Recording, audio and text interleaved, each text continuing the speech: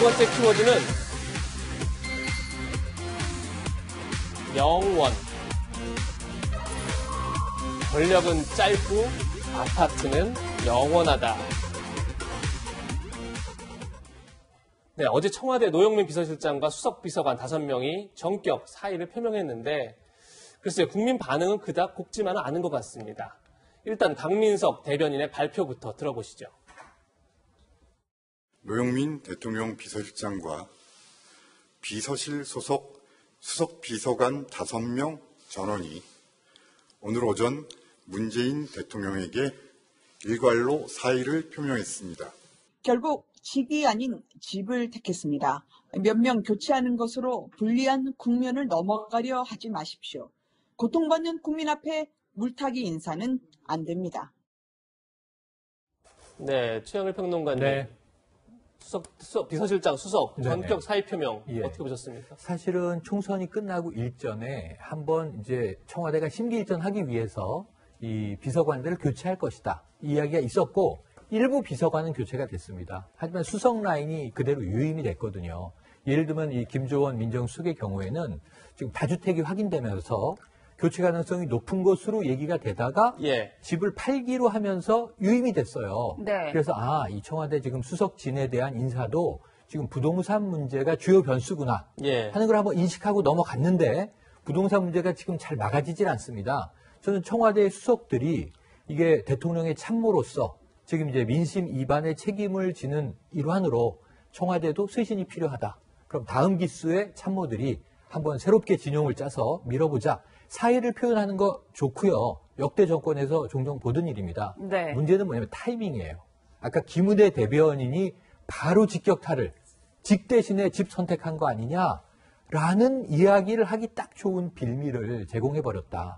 오히려 이 수석진이 물러나고 새로 교체하면 청와대는 좀 신선한 느낌으로 새롭게 드라이브를 대통령 임기 후반에 걸어야 하는데 그 좀 멋있게 전환할 수 있는 타이밍을 매우 좀 야당의 공세를 받기 딱 좋은 틈새를 만들어놔 버렸으니까 이거 사의 표명을 일괄적으로 안 하니만 못한 타이밍이 돼버린 거거든요. 예. 그래서 저는 쇄신, 혁신, 인사 교체 좋다고 봅니다. 그런데 타이밍이 좀 안타까움이 남네요. 네, 이현정 의원님, 그런데 다른 청와대 참모들은 전혀 몰랐다, 굉장히 급작스러운 발표였다, 이런 얘기가 있는데 일단 사의 표명 이후로 종합적인 책임을 지겠다, 뭐 이렇게 밝혔어요. 어떻게 해석할 수 있을까요? 제가 기억하기로는 아마 이렇게 청와대 비서실장이야 사표를 쓴 게 이명박 대통령 초기 때 광우병 사태 터졌을 때 예. 그때 이제 일괄 사퇴를 낸 적이 있습니다.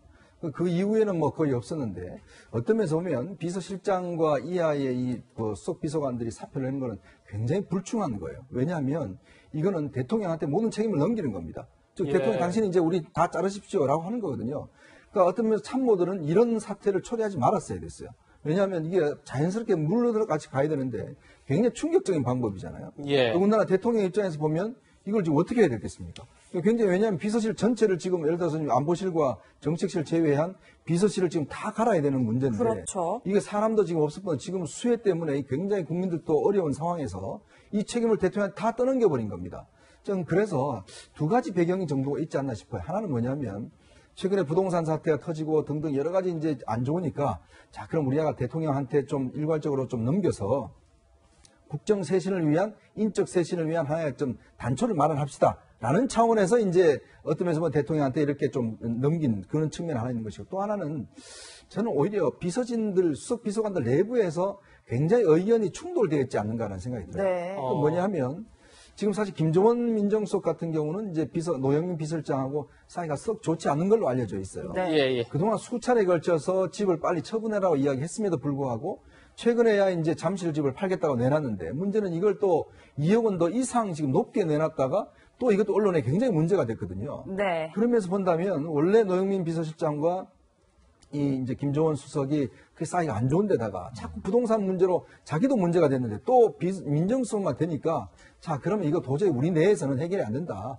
대통령이 알아서 그냥 선별적으로 그냥 해주신 말든지 알아서 해라 라는 쪽으로 해서 이제 사표를 던질 가능성이 있다고 봐요. 네. 왜냐하면 이게 이 상황이 돼버리면 일단 대통령이 누구를 유임시키든지 간에 이 굉장히 어떤 리더십이 약해져 버립니다. 예. 예를 들어서 그럼 선별적으로 처리하면 선별적으로 남은 사람도 일하기가 굉장히 어려워져요. 네. 그런 면에서 본다면 이렇게 어떤 굉장히 충격적인 방법으로 사퇴를 표명한 것 자체가 저는 굉장히 이례적이고 그 이례적인 이면에는 뭔가 이유가 있지 않을까 이제 그런 생각을 하는 거죠. 네. 예. 그런데 사표를 냈던 보도 이후에 더 논란이 된 게 있습니다. 바로 사의 표명한 6명 참모 가운데 3명이 여전히 다주택자라는 건데요. 혹시 화면이 준비되어 있으면 같이 보시면서 지금 보시는 것처럼 김조원 민정수석, 김혜숙 인사수석, 김거성 사회수석 이렇게 3명이 다주택자입니다.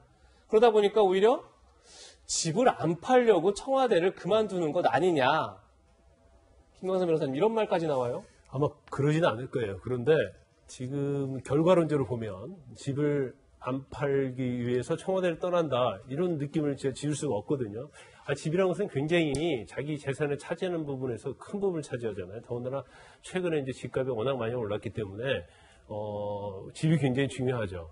그런데 아마 지금 뭐 김조원 수석 같은 경우도 굉장히 이제 문제가 되고 있는 게 이제 팔려고는 했는데 안 팔려서 지금 2주택을 갖고 있는 거라고 하는데 네. 결과적으로 이제 시가보다 한 2억 원 그리고 이전에 최고가보다도 더 높게 올려놨단 말이에요. 그러면 누가 집을 사겠어요? 그러면 예. 결과적으로 집을 팔려는 신용만 한 게 아니냐. 그리고 사실 청와대 어떠한 수석이라는 자리, 비서관이라는 자리가 오랫동안 청와대에 있는 건 아니거든요. 항상 개각을 하게 되고 특히 노영민 시장 같은 경우에는 지금 굉장히 오래됐잖아요. 지금 실장으로 재직한 지가 예. 언젠가는 그만둘 것이고 또 나머지 수석들도 상당히 근무 기간이 길단 말이에요. 그러면 특히 총선이 끝난 다음에 이제 쇄신 차원에서 이제 수석들을 어떻게 보면 교체할 시기가 됐는데 조금만 내가 팔지 않고 있으면 교체가 될 거 아니냐. 그러면 공직에 있지 않으면 사실 다주택 갖고 있는 게 큰 문제가 되지 않는단 말이에요. 세금 말고는. 네. 그래서 그렇지는 않았겠지만 결과론적으로 보면 바로 집을 선택하고 청와대의 직위를 버린 게 아니냐 그런 오해를 받을 수 있는 여진이 있다고 봅니다. 네, 뭐 앞서 말씀 주신 대로 사실 김전 민정수석의 고가 매물 의혹이 상당히 논란이 됐는데요. 이에 대한 청와대 해명이 또 한번 논란을 불러왔습니다. 영상 함께 보시겠습니다.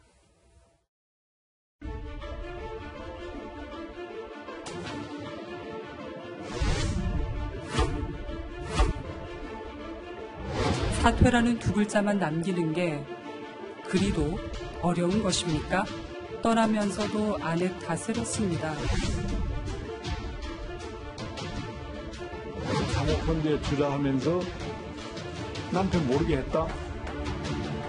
우리 상식이 맞을까요? 제 처의 자산 활동에 대해서는 일체 관심도 별로 없었고 본인이 알아서 다 투자해왔고 해왔습니다. 제 처가 이거를 투자하고 난 뒤에 그걸 그대로 적었을 뿐입니다. 보통 간이 큰 게 아니네요.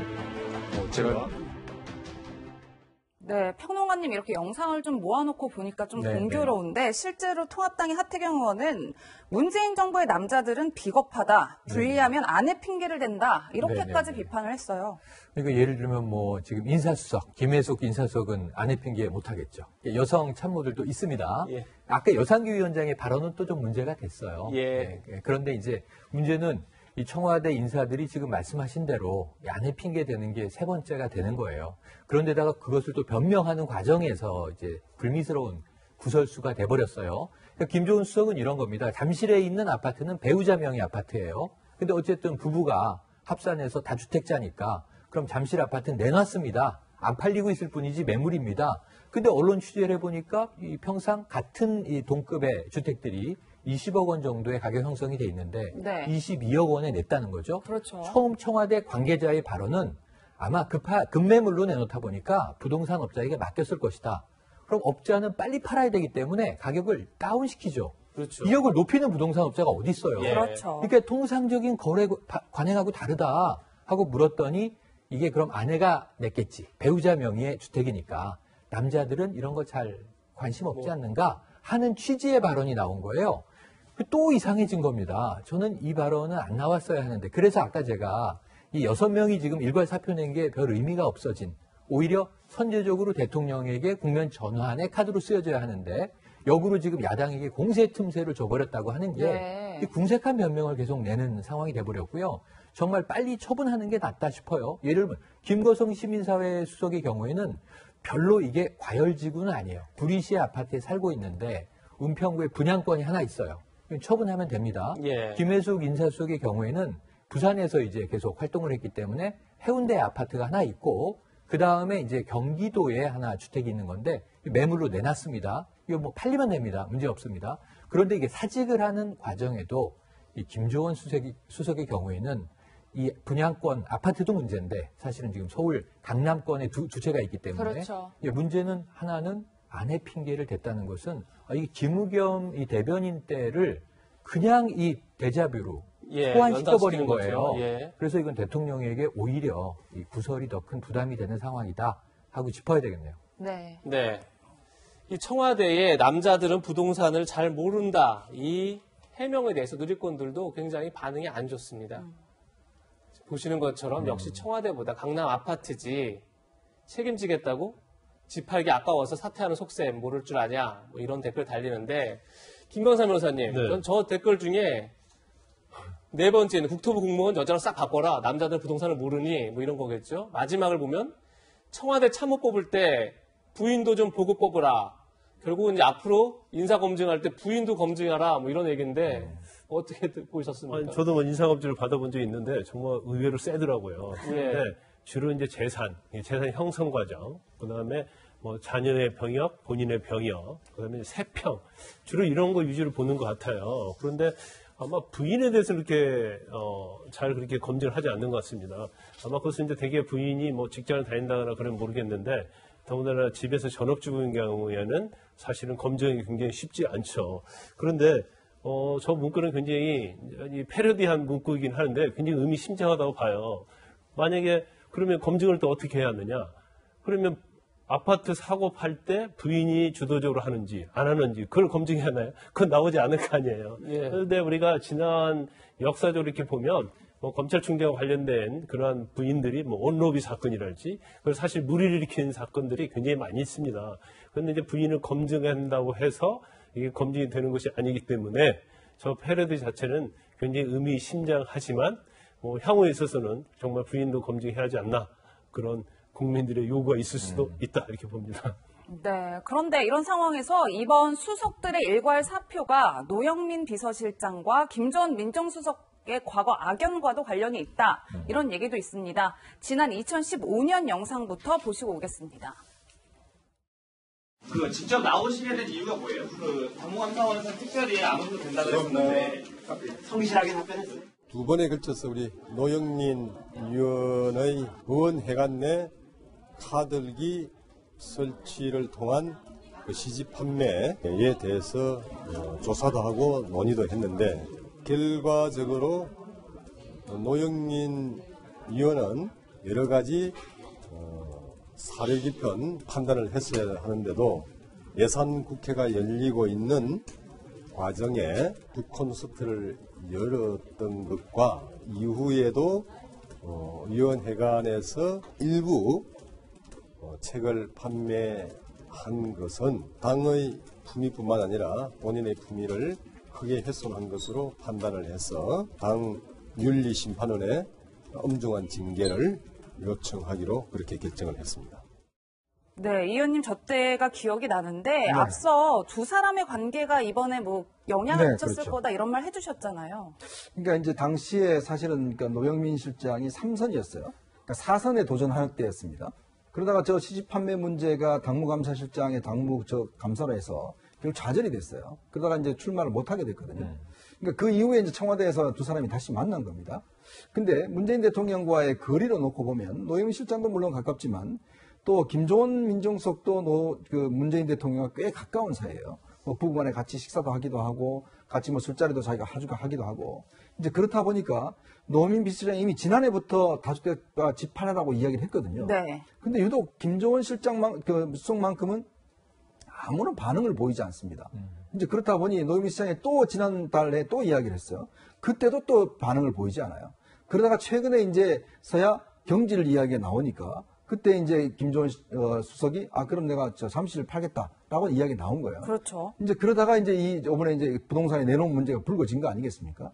이제 그런 걸로 비춰보면 제가 아까 말씀드렸듯이 이게 국정 전반에 대해서 수석들이 자, 우리 다 책임집시다라고 동의해서 한 측면과 함께 또 한편에서는 도저히 이 문제 나하고 저 사람하고 해결이 안 되니까 대통령께서 좀 결단을 내려주시라. 이거는 뭐 판단을 내려주시라. 그런 측면에서 어떤 면에서 보면 이제 사퇴를 낸 거 아닌가. 즉, 노영민 실장의 리더십이 왜냐하면 지금 이미 팔라고 했는데 8명이 안 팔았잖아요. 그렇죠. 그럼 이게 실장의 리더십이 안 먹혀 들어가는 거거든요. 이제 그런 상황에 도저히 내가 비서실을 이끌어갈 수가 없다. 자, 그러니 대통령께서 정말 재신임을 하시든지 아니면 정말 두 사람 다 나가든지 이런 결정을 해달라. 그런 측면에서 일괄 사표 낸 게 아닌가는 관측도 있을 수가 있습니다. 네. 예. 비서실장과 수석들의 일괄 사표. 근데 사실 부동산 관련해서 정말 책임져야 할 사람은 따로 있다. 이런 얘기도 나옵니다. 근데 그게 야당이 아니라 여당에서 정면으로 제기됐는데요. 바로 정의령 의원이 부동산 대책을 비롯해 최근의 문제는 청와대 정책실장과 경제수석, 23번의 대책을 발표한 국토부 장관과 경제부총리 등의 직접적인 책임이 있다. 이렇게 아주 돌직구를 날렸습니다. 최영일 평론가님 어떻게 보십니까? 정의령 의원은 SNS에 공개적으로 돌직구를 날린 거고요. 네. 여당 의원 내에서 이 이야기는 왕왕 돌고 있습니다. 네. 그러니까 왜냐하면 지금 자 보세요. 청와대에서 6명이 일괄 사표를 냈다.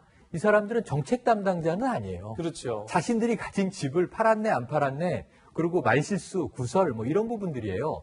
그럼 제일 국민들이 본질적으로 지금 화가 난 부분은 부동산 정책 23번 나왔고 8.4 공급대책까지 나왔는데 과연 정말 가격 안정이 이루어지겠는가? 예. 공급이 충분히 무주택자와 실거주자들을 보호할 수 있겠는가? 정말 그러면 소수 투기꾼들을 뿌리를 뽑을 수 있겠는가? 실효성이 문제거든요. 그럼 이게 부동산 대책이라는 게 경제정책인데 지금 엉뚱하게 비서실이 지금 유탄을 맞고 있는 상황이 된 거예요. 정무적 책임을 진 듯한 맞습니다. 느낌이죠. 예. 그러니까 정의령 의원의 이야기는 좀 대표로 돌직구를 날렸지만 여당 의원들 내에도 사실은 김현미 장관에게 책임이 있는 거 아니냐. 지금 야당이 사퇴하라는 주장 여러 차례 하고 있는데 누군가 책임을 진다면 주무부처장이 돼야 되는 거 아니냐. 그리고 이게 라인이 있는 거예요. 제일 위에는 홍남기 경제부총리가 있고 예. 국무위원들의 이제 경제정책을 총괄하고 거기에 김현미 국토부 장관이 있는 거고 청와대 안으로 들어가면 지금 의외로 조용한 게 김상조 정책실장인데 예. 이분은 이번 정부 초기부터 공정거래위원장으로 시작을 해서 그렇죠. 청와대 정책실까지 들어갔던 거예요. 그리고 그 밑에 경제수석도 책임져라. 경제수석 누군지 아십니까? 국민들이 몰라요. 이호승 경제수석이에요. 그렇죠. 그런데 지금 엉뚱하게 비서실의 수석 라인 민정, 정무 거론되는데 경제수석은 조용해요. 예. 그러니까 이 라인이 책임져야 되는 거 아닌가 하는 게 지금 더 본질적인 질문이 되고 있다고 봅니다. 네, 김 변호사님 이런 가운데 왜 지난 4일 그 국회 본회의장에서 세금만 열심히 내면 된다 이런 취지의 발언에서 논란이 됐던 열린민주당의 김진애 의원 있잖아요. 네네. 어제 SNS에 보시는 것처럼 글을 올렸는데 뭐 나는 어쩌다 다주택자가 됐다. 노블레스 오블리주 정신을 잊지 않으려고 노력한다. 뭐 이런 취지의 글을 올려서 논란이 되고 있어요. 일단 지난 4일날 국회 본회의에서요. 아무리 집값이 올라도 세금만 내면 된다 이런 얘기를 했어요. 저는 그런 무슨 말인지 이해가 되지 않더라고요. 그런데 이제 나중에 알고 보니까 본인이 다주택자였는데 본인이 다주택자인데 아마 전에 아파트를 팔고 아마 다주택을 지은 것 같아요. 그래서 그 중에 팔리지 않은 거랄지 아니면 뭐 일부를 본인이 떠 안으면서 다주택 된 걸로 보이는데, 근데 SNS에 나온 글도, 올린 글도 좀 이해가 되지 않아요. 뭐 20년 전 어쩌다 다주택자가 됐고 종부세 납부한다. 여기까지는 좀 이해가 가는데 고가 아파트에 사는 것보다 사회에 기여한다는 게 제 선택이다. 그러니까 본인 자체는 이게 다세대 주택이기 때문에 그렇게 비싸지 않다는 거예요. 그래서 오히려 다세대 주택을 가지고 임대를 내놔서 사회에 기여한다. 이런 취지의 SNS 글 같은데 이게 저는 제 입장에서는 도저히 이해가 가지 않아요. 그냥 앞에로 뭐 자기가 다세대 주택 가지고 있는데 임차를 하고 있다. 그리고 이게 어려운 사람을 위해서 나는 임대를 내고 있다. 뭐 이런 취지까지는 이해가 가는데 이게 왜 노블레스고 오블리주인가. 이거 본인이 노블레스 오블리주 실천하고 있다. 이런 취지를 들리고 자기는 고가 아파트가 아니고 다주택자지만 그렇게 비싸지는 아파트를 갖고 있기 때문에 전혀 문제가 되지 않는다. 이런 취지를 들리기 때문에 저 SNS 글이 저게 적절한지 좀 고개가 갸우뚱해집니다. 네, 김진애 의원의 이야기까지 짚어봤는데요. 김광삼 변호사와는 여기서 인사하겠습니다. 고맙습니다.